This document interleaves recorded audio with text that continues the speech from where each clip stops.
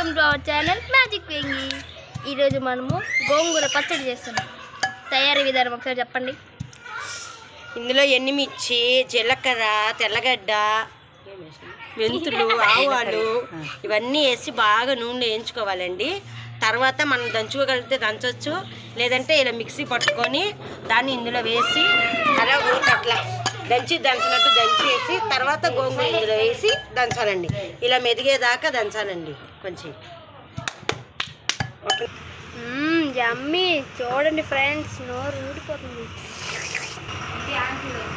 ఇలా మెదిగినాక ఇందులో మనం వేయించుకున్నాం కదండి, సాల్ట్, నూనె, ఆయిల్ వేసుకొని గోంగూరని ఇలా వేయించుకోవాలి.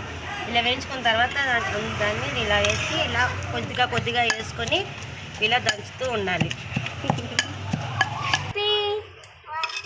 ఇలా కొద్దిగా దంచుతూ ఉండాలండి. అప్పుడు అది అంత ఎండుమిర్చి అంత మసాలా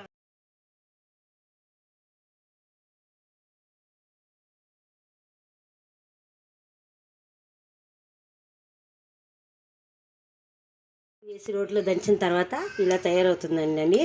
ఇందులో వేడి అన్నం వేసుకొని గోంగూర పచ్చడి వేసుకొని నెయ్యి వేసుకొని తింటే ఉంటుందండి. అది సంగతి.